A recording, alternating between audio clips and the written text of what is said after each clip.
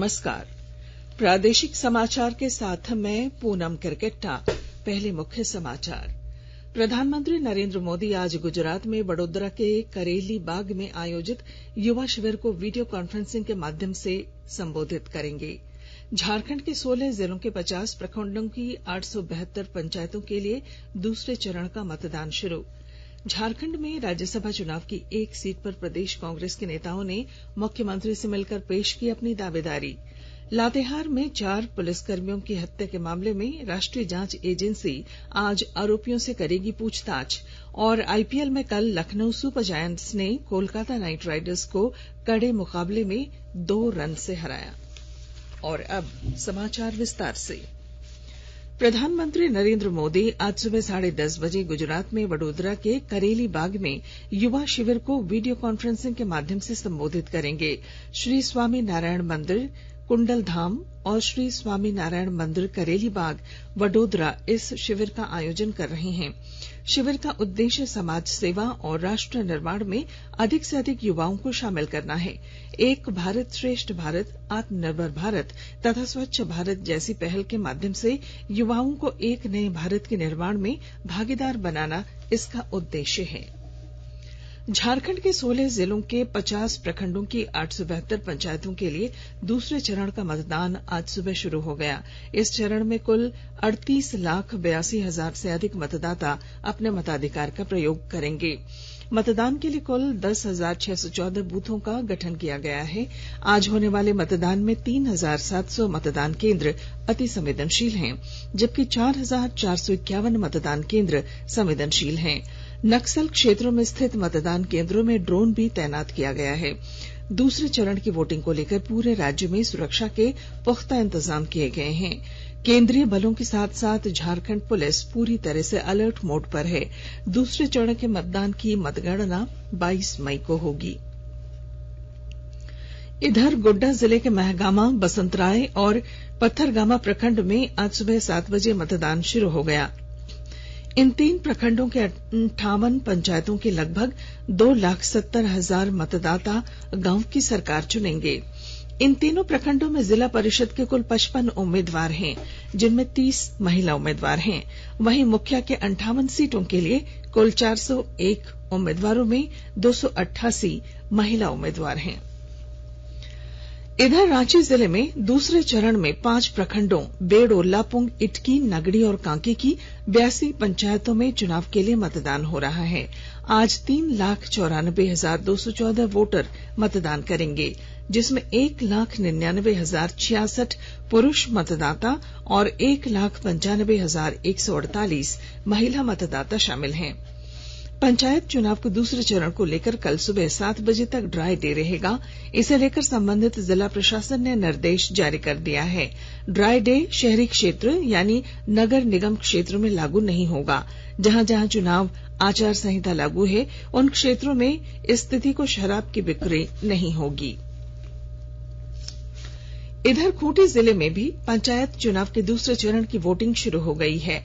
नक्सल प्रभावित रनिया प्रखंड के जलमादी बूथ पर वोट डालने के लिए अपनी बारी का लोग इंतजार कर रहे हैं। विस्तृत जानकारी दे रही हैं हमारी खूंटी संवाददाता।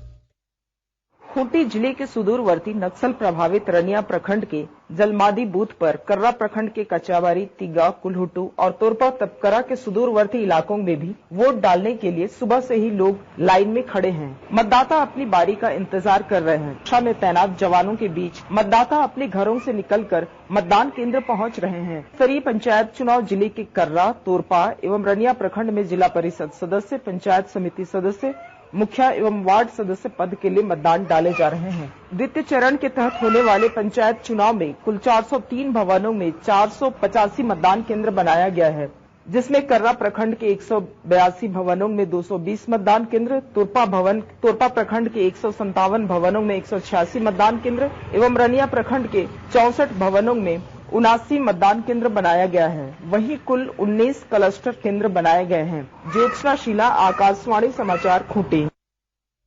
राज्यसभा में दावेदारी को लेकर प्रदेश कांग्रेस के नेताओं ने मुख्यमंत्री हेमंत सोरेन से मुलाकात की और वर्तमान राजनीतिक हालात पर चर्चा की। राज्यसभा में उम्मीदवारी को लेकर झारखंड मुक्ति मोर्चा ने बड़ा दल होने के नाते अपना दावा पेश किया, जबकि कांग्रेस ने पिछले राज्यसभा चुनाव का हवाला देते हुए अपना दावा किया है। कांग्रेस की ओर से विधायक दल के नेता और मंत्री आलमगीर आलम ने कहा कि पिछली बार कांग्रेस पार्टी ने झामुमो से शिबू सोरेन को समर्थन दिया था, ऐसे में इस बार कांग्रेस की दावेदारी बनती है। कांग्रेस के प्रदेश अध्यक्ष राजेश ठाकुर ने भी इस पर समर्थन दिया। कांग्रेस विधायक दल के नेता आलमगीर आलम ने कहा कि कांग्रेस पार्टी ने उम्मीदवार को लेकर अपनी दावेदारी की है और मुख्यमंत्री ने इस मसले पर सकारात्मक रुख दिखाया है। उन्होंने कहा कि केंद्रीय नेतृत्व से भी बात होगी। वहीं कांग्रेस प्रदेश अध्यक्ष राजेश ठाकुर ने उम्मीद जताई है कि उम्मीदवारी को लेकर कोई विवाद नहीं होगा।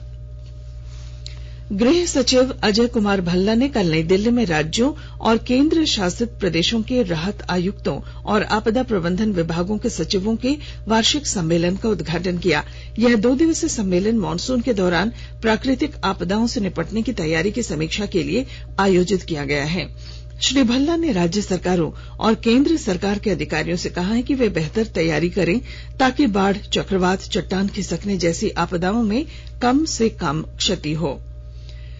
गृह सचिव ने दीर्घावधि के लिए ढांचा विकसित करने के प्रधानमंत्री नरेंद्र मोदी के विजन का हवाला दिया ताकि आपदाओं को न केवल वर्तमान बल्कि भावी पीढ़ियों के लिए भी रोका जा सके। भारत में अब तक 1 अरब 91 करोड़ 78 लाख से अधिक कोविड रोधी टीके लगाए जा चुके हैं। कल लगभग 12 लाख टीके लगाए गए। केंद्रीय स्वास्थ्य मंत्रालय ने बताया कि अब तक 12 से 14 वर्ष के आयु वर्ग के बच्चों को 4 करोड़ 52 लाख से अधिक टीके लगाए जा चुके हैं। स्वास्थ्य कर्मियों, अग्रिम पंक्ति के कार्यकर्ताओं और 18 वर्ष से अधिक उम्र के लोगों सहित विशेष वर्ग के लाभार्थियों को 3 करोड़ 16 लाख से अधिक एहतियाती टीके लगाए गए। आकाशवाणी के ताजा तरीन समाचारों के लिए आप हमारी वेबसाइट newsonair.com पर लॉग ऑन कर सकते हैं। ताजा समाचार Twitter handle @AIR News Alerts और Facebook page all India radio news पर भी उपलब्ध है। आप प्रादेशिक समाचार एकांश के ट्विटर हैंडल @AIR News _ और फेसबुक, इंस्टाग्राम पेज तथा YouTube channel AIR News Ranchi पर भी हमारे बुलेटिन सुन सकते हैं। प्रादेशिक समाचार आप आकाशवाणी रांची से सुन रहे हैं और अब पेश हैं कोरोना से बचाव के कुछ संदेश। चलो मिलकर एक शुरुआत करें, चलो एक फैसला आज करें, मास्क नहीं तो टोकेंगे, कोरोना को रोकेंगे, चलो एक वादा करते हैं, चलो कुछ वादा करते हैं, मास्क नहीं तो टोकेंगे, कोरोना को रोकेंगे। भारत सरकार द्वारा जनहित में जारी। कोविड-19 से बचाव और सुरक्षित रहने के 3 उपाय। मास्क लगाएं, 2 गज दूरी है जरूरी, सुरक्षित दूरी रखें, हाथ और मुंह साफ रखें। प्रादेशिक समाचार में आपका फिर स्वागत है। NIA लातेहार के चंदवा में 2019 में 4 पुलिसकर्मियों की हत्या की साजिश में शामिल 3 आरोपियों से पूछताछ करेगी। आरोपियों में जहानाबाद का सेवानंद, सलीमपुर निवासी राधेश्याम यादव उर्फ विमल यादव, लोहरदगा जिले का बुलबुल गांव निवासी सूरजनाथ खेरवार और लोहरदगा का ही इचाटंड गांव निवासी बिशुन दयाल नागेशिया है। NIA की टीम ने इन तीनों आरोपियों को 5 दिनों की पुलिस रिमांड पर लिया है।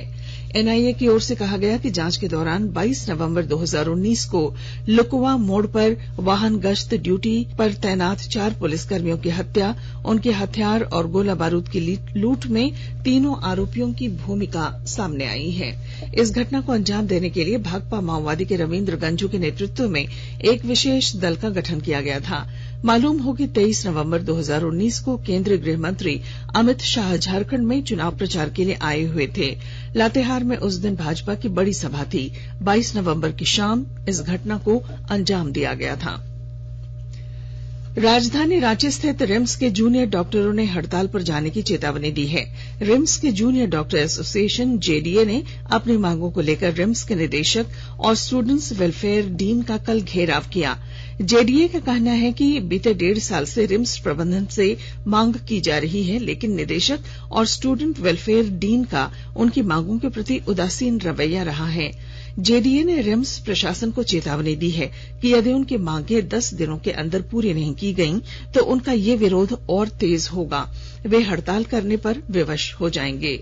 इस मामले में रिम्स निदेशक ने सरकार के पदाधिकारियों से बात की और 10 दिनों में मांग पूरी करने का आश्वासन दिया। नामकुम के अंचल अधिकारी विनोद प्रजापति द्वारा 14 मई को बरियातू में सफाई कर्मी की पिटाई करने के मामले पर रांची उपायुक्त छवि रंजन ने राजस्व विभाग को अपनी जांच रिपोर्ट सौंप दी है। रिपोर्ट में उन्होंने नामकुम के सीओ पर उचित कार्रवाई की अनुशंसा की है। मुख्यमंत्री हेमंत सोरेन द्वारा जांच के आदेश के बाद अपर समाहर्ता को इसकी जिम्मेवारी सौंपी गई थी। अपर समाहर्ता ने अपने कार्यालय में चालक को बुलाकर पूरे मामले की जानकारी ली, जिसके बाद विनोद प्रजापति को इस पूरे मामले में दोषी पाया गया। आकाशवाणी समाचार ने सोशल मीडिया पर एक और महत्वपूर्ण उपलब्धि हासिल की है। आकाशवाणी समाचार के Twitter handle @AIR News Alerts के 30 लाख फॉलोअर्स हो गए हैं। भारत के लोक प्रशासक को मिले लोगों के विश्वास से साइबर जगत में इसकी लोकप्रियता स्पष्ट रूप से दिखाई देती है। आकाशवाणी से प्रसारित किए गए समाचारों की सत्यता, सटीकता और निष्पक्षता को ट्विटर पर अधिक से अधिक लाइक्स मिल रहे हैं।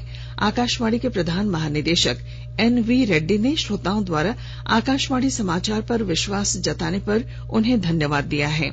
उन्होंने कहा कि यह टीम के सामूहिक प्रयासों का परिणाम है और यह उपलब्धि श्रोताओं के बीच आकाशवाणी समाचार की विश्वसनीयता दर्शाती है।